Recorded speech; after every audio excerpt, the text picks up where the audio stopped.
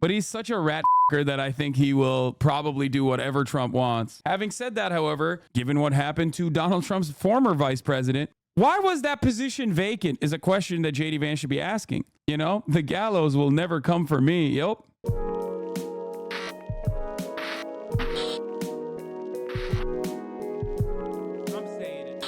But let's get to JD Vance, John Don Vance. Donald Trump's running mate, Senator JD Vance, took center stage overnight at the RNC. Donald Trump is set to give his speech tonight and accept his party's nomination just 5 days after the attempt on his life. Rachel Scott is there in Milwaukee for us. Good morning to you, Rachel. Hey, Robin, good morning to you. It's the fourth and final night of the Republican National Convention, and last night all eyes were on Donald Trump's running mate, Senator JD Vance. He's only been in office for 18 months, and he leaned on his Midwestern roots to make the case for the Republican ticket. Overnight, Donald Trump's new running mate introducing himself to the nation. My name is JD Vance from the great state of Ohio. JD Vance, the 39-year-old first-term senator from Ohio, taking the stage at the Republican National Convention. I'm overwhelmed with gratitude to say I officially accept your nomination to be Vice President of the United States of America. Picked in part for his ability to preach Trump's populist message, denouncing trade deals, immigration, inflation, and laying it all at the feet of President Biden with a sharp reminder of the president's age. For half a century, he's been the champion of every major policy initiative to make America weaker and poorer. And in 4 short years, Donald Trump reversed. You always said Trump was white Obama. Now this is the real white Obama. You think JD Vance has the charisma for white people that Barack Obama had? Are you kidding me? JD Vance is nowhere near. Bro has zero riz, dude. His aura is out of control. It's really bad. That Holly, sadly, no, you guys are wrong, brother. You guys are liberals, okay? Or at least lib adjacent. You literally think that a guy with a neat little image like Josh Hawley is actually seen as like a real salt of the earth kind of guy by Republicans that want to see that kind of marketing. JD Vance is a TED Talk speaker, okay? Literally and figuratively. So is Josh Hawley. These guys are well-spoken. They got elite education. They're liberals at their heart. JD Vance openly was a never Trump Republican and got the most play from MSNBC and that crowd. He has no riz whatsoever. And I think his eyes low-key make him less trustworthy, I think. He looks like he's got eyeshadow.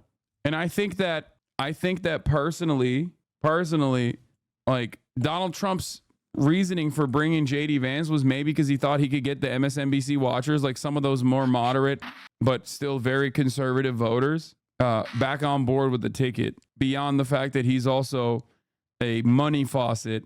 He is described as a money faucet for tech bro donors that are openly coming out as reactionary Republicans now.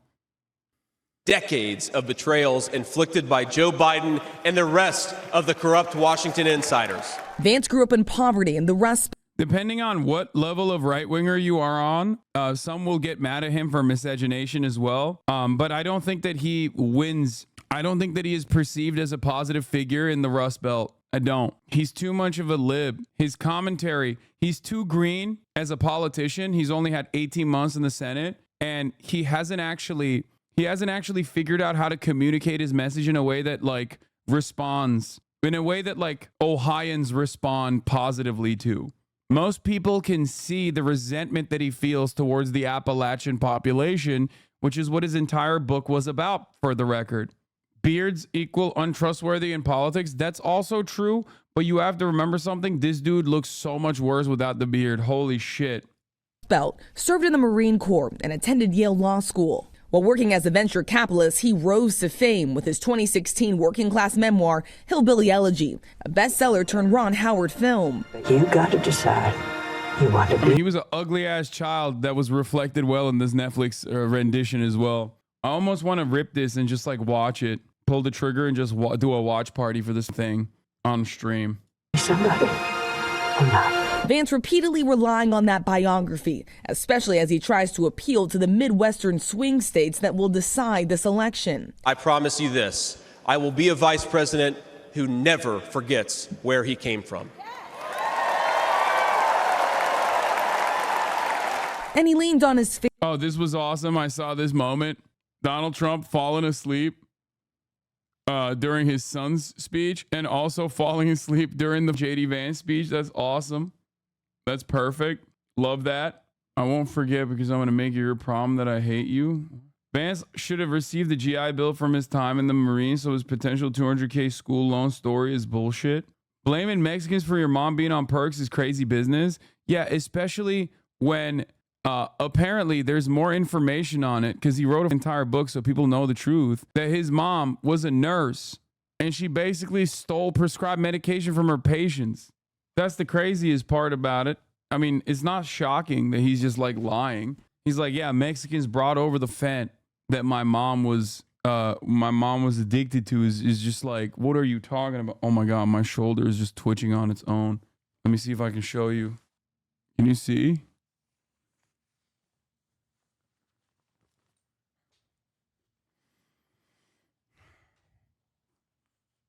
It was before, but I moved it now. I moved it around so it's not twitching anymore.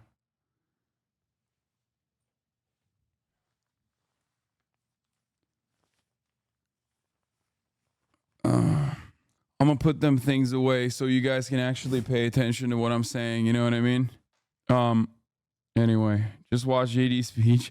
I feel there's a genuine chance that someday we look back at his career and recognize he was a once-in-a-generation political talent. His intelligence is that high. His fear of confrontation is that low. His presence is palpable. His speaking ability is that natural. His instincts are keen. His story is that inspirational. Yeah.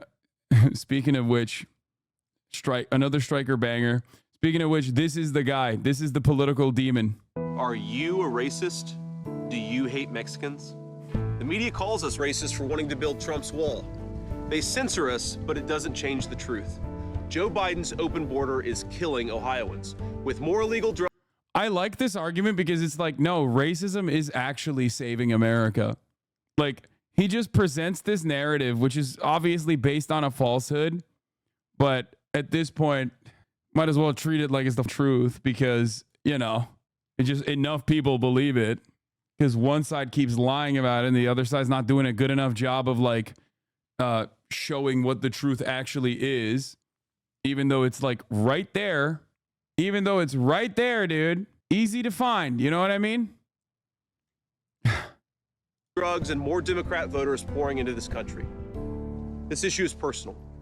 I nearly lost my mother to the poison coming across our border. No child should grow up an orphan. You understand? Like the narrative that he's presenting is built on a falsehood. Immigrants are trafficking drugs over the border is just an abject lie. It's just not true. Okay. His mother also did not get drugs from Mexicans. Okay. His mother, as we now know, stole the drugs as a nurse from her patients. Now and also immigrants are not voting. That's also another lie. Having said that, however, even if this was correct, there's something so funny about the idea that like being racist is going to solve this problem. It's like when Republicans during COVID would be like, COVID is fake. Okay. It's not real. It's a lie, but also it is real. And China is a Chinese bioweapon. And you have to call it Kung flu or the Wuhan flu and act like Asians are responsible for it in order to deal with it. It's like, how are we, your solution is just like yelling at a random Chinese person who happens to be Vietnamese, but you thought that they were Chinese. That's how we're fixing the COVID issue, which is simultaneously fake and also real when I feel like it, when it suits my argument. Like, yeah, Mexicans are trafficking fentanyl and giving it directly to my mommy. And also the only way to solve this issue is by being racist. Got it. Good argument. Thanks, man. I'm JD Vance, and I approve this message because whatever they call us, we will put America first. Cool. Good stuff. Good stuff from JD. Generational talent. So much charisma. He should be blaming the Sacklers, not brown people. Yeah, except that's going to be quite hard for him considering that, you know, he's Ohio Republicans have weighed in on transgender care, abortion, but also insulin health care for immigrants. Hold on. Let me find JD Vance is like compromised on that front as well. JD Vance has a big pharma problem. If that's shocking to you, you know, the U.S. Senate candidate who founded an anti-opioid nonprofit has several close ties to Purdue Pharma. So the hilarity of the situation, the irony of the situation is that like the American pharmaceutical corporation directly responsible for the entirety of the Rust Belt being deeply addicted to opioids, which he loves talking about, okay? Well, he got money from them. The apparent contradiction, first reported by Politico, stems from vulnerability analysis posted online by Protect Ohio Values, the super PAC through which Vance has raised millions of dollars for his Senate campaign. Because campaign finance law bars any candidates from communicating with their associated super PACs, POV appears to have posted a trove of polling data, strategic documents, and opposition research on a low-profile Medium account for Vance to reference, detailing potential weak spots in his competitors' campaigns as well as his own. Vance's vulnerability analysis reveals that the lawyer turned author who founded a nonprofit dedicated to curbing the opioid epidemic had at one point worked for law firm Sidley Austin LLP in Washington, D.C. During Vance's time there, the firm's lobbying arm was working on behalf of Purdue Pharma, which pleaded guilty in 2020 to criminal charges and faced penalties of roughly $8.3 billion. During that time, Sidley Austin also reportedly represented a Chinese real estate company and lobbied Alibaba Group, a massive Chinese e-commerce platform. But as Senate candidate, Vance has repeatedly called for the U.S. to sever economic ties with the country, calling globalization a gravy train for China. The Associated Press then reported this week that Vance's charity suffered a major conflict of interest when it recruited an AEI resident who never disclosed Purdue's financial contributions to AEI, while favorably citing Purdue-funded studies to argue that prescription painkillers played a significant role in the region's drastic uptick in opioid addiction. According to the Associated Press, Dr. Sally Sadel occasionally shared drafts of the pieces with Purdue officials in advance. And as ProPublica reported in the past, AEI, American Enterprise Institute, by the way, not DEI. American Enterprise Institute is a think tank comprised of demons, some of the worst, received financial support from Purdue totaling $800,000. Okay? Vance's past work may prove a problem in other areas beside Big Pharma. He was with Sidley Austin while the firm filed an amicus brief in support of gay marriage back in 2015, while the Supreme Court ruling on Obergefell v. Hodges. Since then, Vance has taken countless swipes at the LGBTQ community.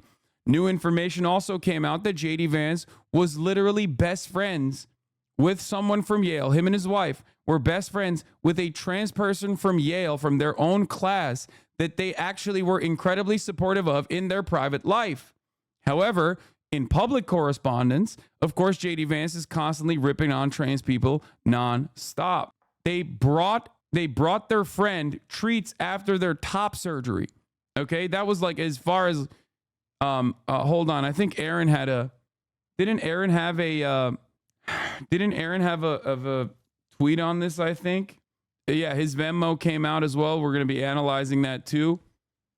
JD Vance's trans ex-friend is confused by his hateful words and sudden pro-Trump beliefs. JD Vance has a long storied history of anti-LGBTQ beliefs, but his former classmates at Yale University say it wasn't always this way.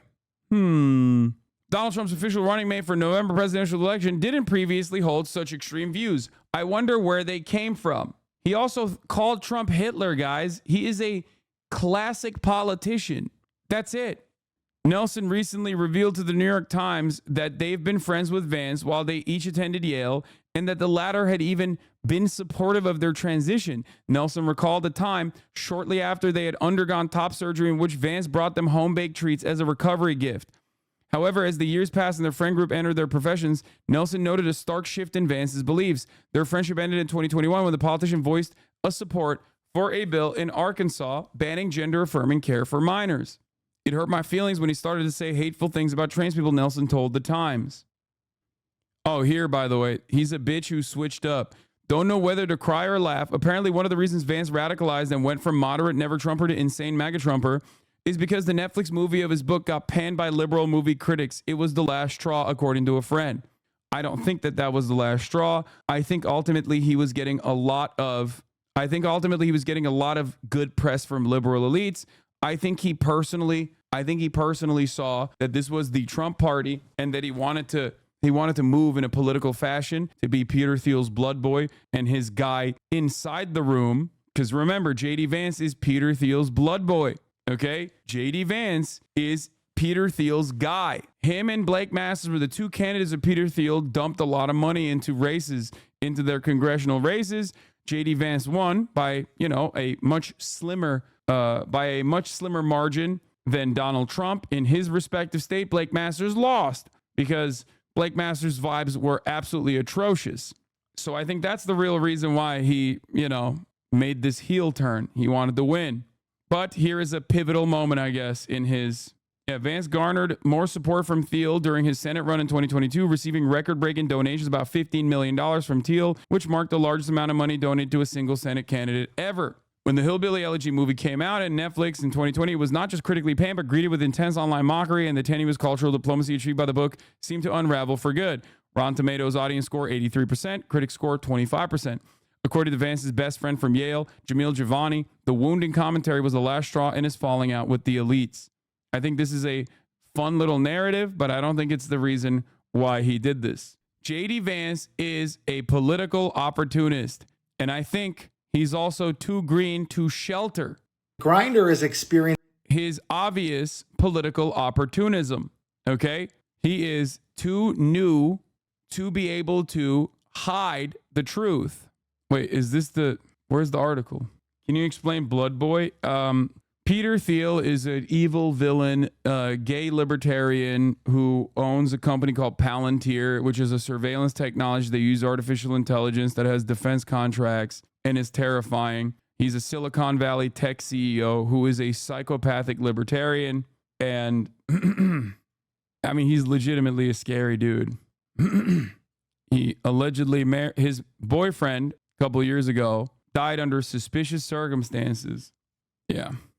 This is Peter Thiel's kept romantic partner who died under mysterious circumstances. That's all I'm going to say about it. I'm terrified of Peter Thiel. Peter Thiel also openly had blood boys, as in young nubile men who he would get blood transfusions from, like blood doping. That is not a joke. I know it sounds insane. Okay? I know. This is the only time where I can use the word nubile, so I'm going to use it. That is a literal, real thing. Sounds pretty blue and on to me. What? Yeah, it was most famously parodied on the HBO comedy Silicon Valley. That is why I jokingly refer to JD Vance as Peter Thiel's blood boy. Anyway. Peter Thiel also successfully took down Gawker for the crime of outing him as a gay man. Gawker outed Peter Thiel because of all of his right-wing support for homophobic politicians. Gawker went and found that he was actually openly gay in secret, I guess in the closet, not even in the closet, but he was a gay man. Gawker outed him for it. And then Peter Thiel spent years waiting for the perfect opportunity to take down Gawker, which he successfully did when he found the Hulk Hogan lawsuit. He funded the Hulk Hogan lawsuit against Gawker and put them under such deep financial trouble that they had to shutter their doors. Very vindictive man. Terrifying person. I would say, I have all the smoke for Elon Musk. I think Elon Musk is a nasty little freak himself. But if there's one guy in the billionaire circle that I'm genuinely afraid of, it's Peter Thiel. Okay? Wasn't Gawker also a pretty awful institution? Where did you are not a billionaire with secrets. You are a regular old person. For you should love Gawker. You should love this kind of investigative reporting that they engaged in. Yes, they were dramatic. They had a penchant for drama. But no, it was great. Peter Thiel is a very high IQ individual. Yeah, okay. Some of Pete's good old-fashioned insane opinions. I mean, this is an 8-minute TikTok, bro. Like, that's crazy. But I will tell you some of his libertarian opinions. He wants to, he, for example, is the type of dude who like wants to have a Micronesia style island nation outside of the purview of any kind of international. Rutgers frat bros call Yale grad low IQ. If you personally put a lot of emphasis and a lot of weight on what elite institution someone graduated from, you are probably kind of stupid. I wouldn't say low IQ. I don't really place a lot of emphasis on IQ that much, but you're kind of stupid. George W. Bush graduated from Yale. Do you consider George W. Bush to be an intelligent person? You graduating from an elite institution simply just means you had, parents that graduated from there, or you had enough money. My name is John Summers. Oh my God, David Graeber went up against Peter Thiel personally? That's crazy. I did not know that this is a thing that happened. Isn't Peter Thiel the exact kind of person conservatives should hate? Yes, but they don't because he funds the Republican Party. Anyway, yeah, Peter Thiel is basically a James Bond villain. Anyway, JD Vance, however, is not exactly super smart and very compromised in general. JD Vance was in a group chat with a bunch of teenagers where he would routinely shoot the shit with them, like groypers and wonks and people who just like are really invested in politics. And he would personally just, he would go in there, check in on them, talk to them. Very weird stuff. Okay. So there's that as far as opposition research goes. He is very compromised on that front. Beyond that, he apparently had his Venmo account public, and it shows close ties to many on the far right, including the people behind Project 2025. Senator JD Vance's public Venmo account shines a light on the many corners of the Republican vice presidential nominee's inner circle, illuminating his long-standing ties with right-wing fascist, shadowy elites, and federal employees, according to the new report from Wired. It's worth noting that when setting up a Venmo account, the app offers the users the opportunity to sync up their phone contacts. Venmo taking down Republican candidates for vice president, and also just like Republicans across the board, is pretty funny. Matt Gaetz, famously, prominent Venmo user. Okay. So some of the people included on the list of Vance's Venmo friends could have been automatically added when he made the account in 2016 and may have never made a transaction with the senator or contacted them recently. Still, the list presents a trove of powerful right-wing voices and some surprising names, too, who could be splitting meals and trips with the Ohio Republican. Among the 200 accounts listed on Vance's Venmo friends list is Amelia Halikius, the government relations director of the Heritage Foundation, the conservative think tank behind Project 2025. Donald Trump and Paul Dans, the project leader, have attempted to create the illusion that the former president is not affiliated with the fascist plan to oust civil servants and replace them with Trump sycophants, but they can't outrun all of the evidence demonstrating that Trump had his hands all over the project. Yeah, it's also the Heritage Foundation. Donald Trump saying he does not have any associations with the Heritage Foundation is like me saying I don't serve 3-minute ad breaks at the top of the hour. That's all I do. Okay? The Heritage Foundation is an institution that drives Republican policy. It's a policy think tank that is very prominent. Donald Trump's own personal agenda items that he brought forward are damn near identical to the Heritage Foundation. So it's ridiculous for him to say that. Just like it's ridiculous for you to think that you won't see a 3-minute ad break unless you subscribe for $6 or for free with a Twitch Prime. Because at the top of the hour, there is still a 3-minute ad break. Okay? You can also get gifted a sub if you're lucky. Here's a 3-minute ad break now. Yeah, they write legislation that Congress members don't even read. Exactly. It's ridiculous. Despite all that posturing, Vance has had long-standing public links to the Heritage Foundation. The group's president even said he had been rooting for Vance to get the VP nom. Halikius gave a nod to Vance on Monday, retweeting Elon Musk's comment of Trump's excellent pick of a running mate. Atomic Truth, thank you for the 10 gifted subs. Also present on Vance's friend list is Gladden Papin, a conservative political theorist who serves as the president of the Hungarian Institute of International Affairs.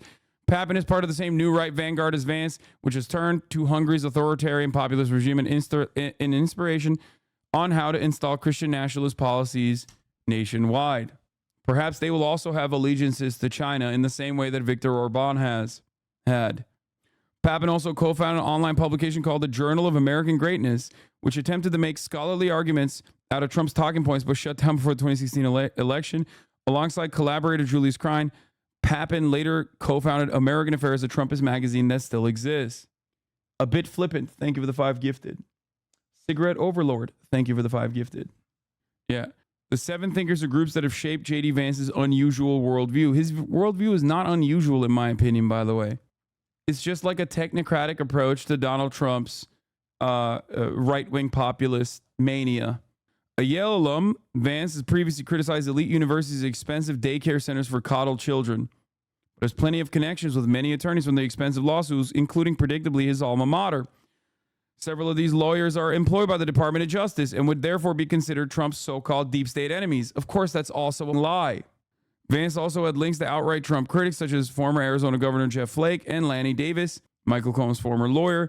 Davis denied being Vance's friend on Venmo. Others on Vance's list include intellectual dark web doyen. What does this word mean? I've never heard this word before. Barry Weiss, hapless conservative news pundit Tucker Carlson, as well as lobbyists from conservative think tanks such as the Hoover Institution and the American Enterprise Institute. None of these people responded to Wired's request for comment. Oh, guru. What you guys need to realize is that Vance is influenceable, wrote Andrew Torba, a right-wing freak. Social media CEO who has promoted anti-Semitic content in a post on X. We have plenty of people in his orbit. Plenty of our guys can be put into positions of power because he's there. Our focus should be on pulling him as far right as possible by 2028. Long game, honey, not vinegar. Andrew Torba is the CEO of Gab, by the way, a absolute psychopath. But he is right. He is right in this instance. He does have a lot of groypers in his orbit. JD Vance does. Project 2025 isn't even Trump's policy. What are we talking about, man? Is him being tied to Project 2025 people damning in any way? It's literally a platform that the party's running on. I just don't see this meaningfully at all. The only thing that's meaningful about Project 2025 is that it has already been in motion before Trump. Trump definitely implemented certain aspects of it, and it will continue no matter who the right-wing candidate is, because the American Enterprise Institute and the Heritage Foundation run the Republican Party. They are the best at communicating the desires of billionaires directly to the Republican Party. That is what they do. Donald Trump is saying no to Project 2025 and disassociating himself from the Heritage Foundation because he recognizes that people are looking at the Heritage Foundation and looking at Project 2025 and freaking out over it. So he knows that it's actually poisonous to the discourse to associate himself with this think tank. That's it. That's it.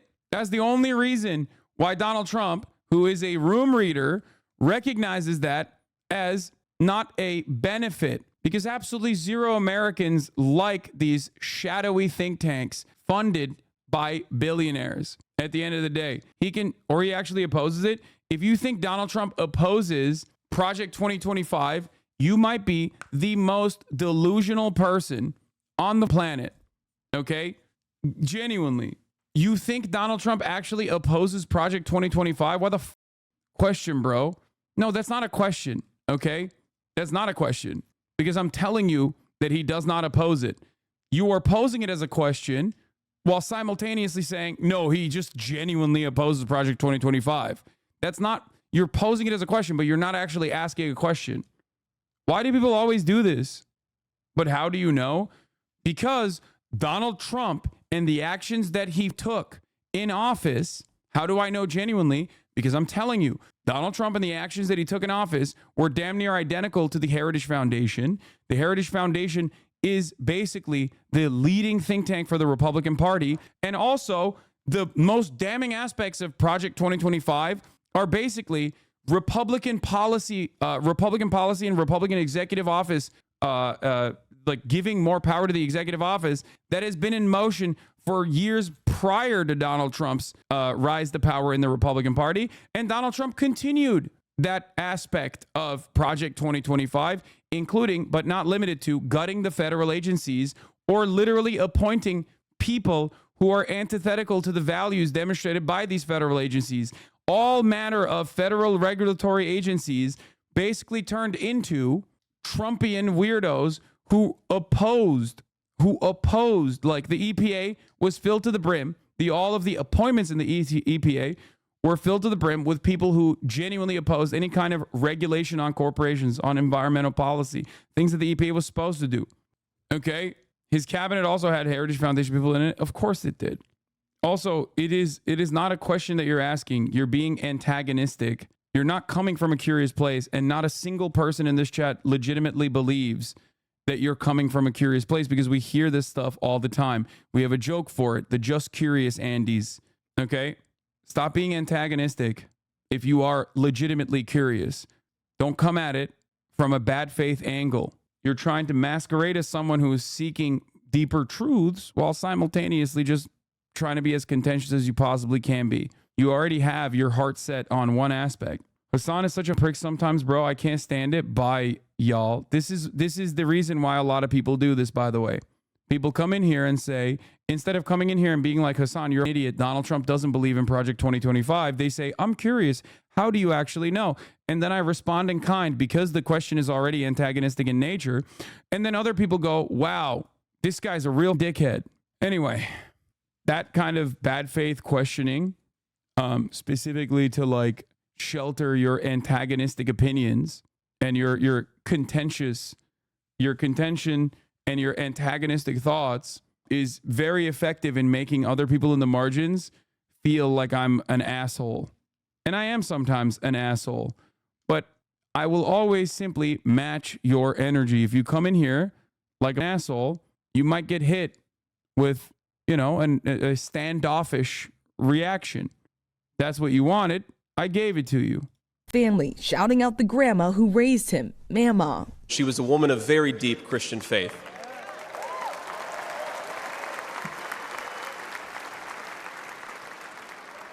But she also loved the F word. I'm not kidding. To celebrating his mother, now nearly 10 years sober. I love you, Mom.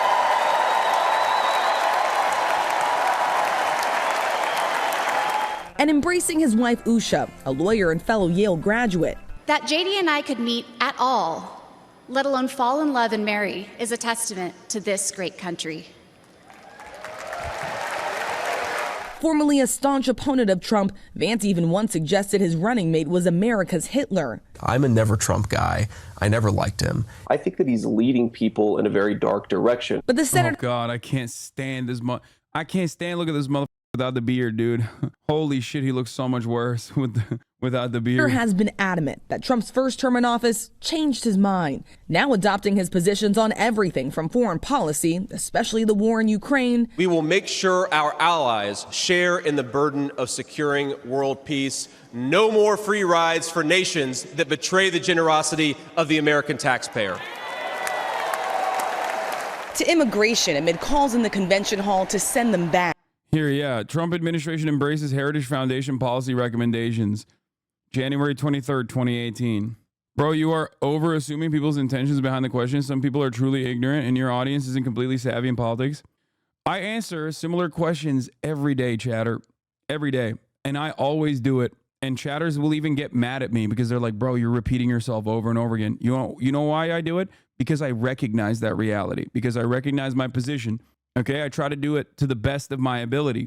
Okay, the only time where I actually will hurt someone's feelings is if they come in here and try to angle something as genuinely curious when they're not actually genuinely curious.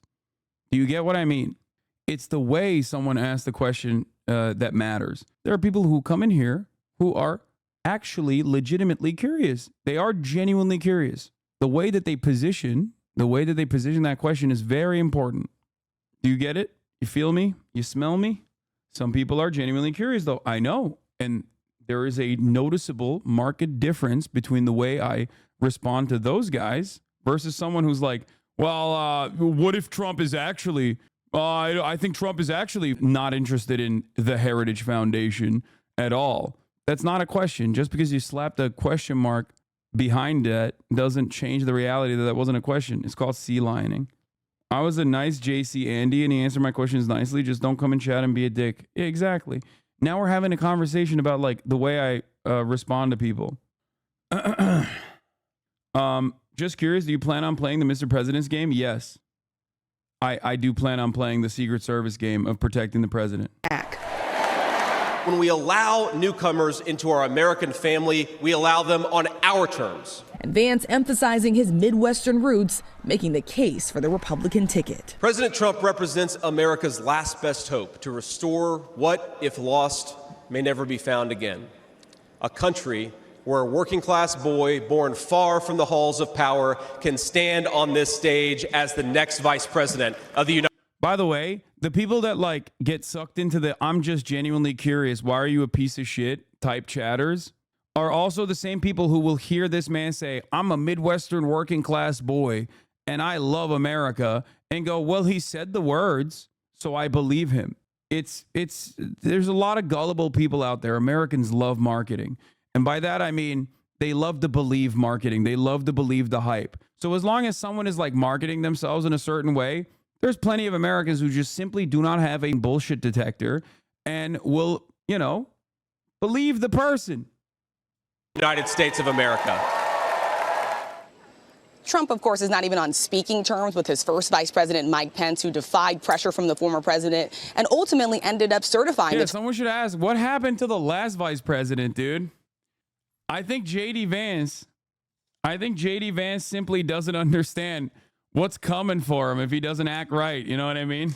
But he's such a rat fucker that I think he will probably do whatever Trump wants. Having said that, however, given Trump's track record, given what happens to people that were in Trump's cabinet, given what happened to Donald Trump's former vice president, why was that position vacant is a question that JD Vance should be asking. You know, the gallows will never come for me. Yep. 2020 election results, Senator JD Vance has suggested that he would have followed Trump's lead and would have handled that entirely differently. So tonight, here on the fourth and final night, it is Donald Trump's turn to take the stage and officially accept the Republican Party's nomination for president. Now, Trump himself has said that he has ripped up his speech after that attempted assassination on his life to focus more on unity. But after his rhetoric, this campaign, we'll have to see whether or not that holds, George. Right, Rachel. And just to underscore something you just said there, he made it very clear that he would not have certified the 2020 election. Can a blue-collar maintenance man get a shout-out? Lol, the show makes mopping floors a breeze. You got it, Oni Bears. Here for you. I can sympathize with those who come in here acting smarmy and annoying, but when I was caught up in the red pill pipeline and you're pretty much taught to be a smarmy dickhead, I remember watching old Politicon videos of you and always thought you were a jerk, but later I saw you were a way more empathetic of a person when talking about your views. I'm glad I escaped that pipeline and found this community. I hope other people can find it too. Hopefully. That's the goal. I'm glad you're in here, chatter. Come on, guys. He just said he'll be a dictator for one day. Maybe we miss the hogs in this community because like they haven't been around for quite some time. But I'm sure once like there are more hogs in this community, I'll start getting annoyed with them too, because they're going to start doing well, Donald Trump only said he would be a dictator for one day. He was just joking. Like people who are disingenuously framing what Donald Trump is saying and how damaging that will be until I like unwind all of the talking points slowly but surely until they ultimately come out with the truth that they do think that like, you know, deporting tens of millions of people, putting them in concentration camps would be good, because that's ultimately what it comes down to.